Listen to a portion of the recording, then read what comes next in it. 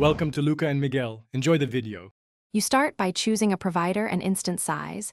Pick at least one vCPU and one 2 GB RAM for basic tasks. Once chosen, create or upload an SSH key. This secures access and simplifies logins. Next, select the OS image, such as Ubuntu LTS, because long-term support reduces maintenance. Finally, note the root or admin user and any default password.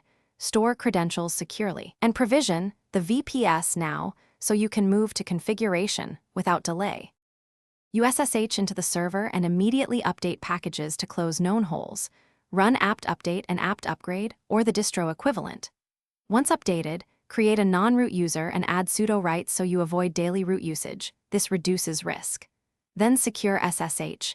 Disable password authentication, keep your key, and consider changing the port.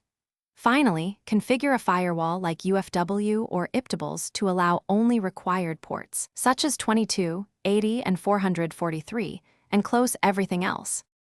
You deploy your application stack, install Nginx or Apache, the database you need, and the runtime for your app. Then test endpoints to confirm responses.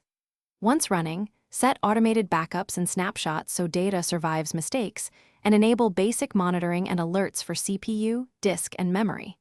If something breaks, check logs first, then verify firewall rules and service status.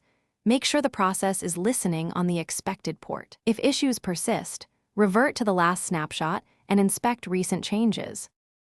Thanks for watching and please subscribe. It's the best investment you'll ever make.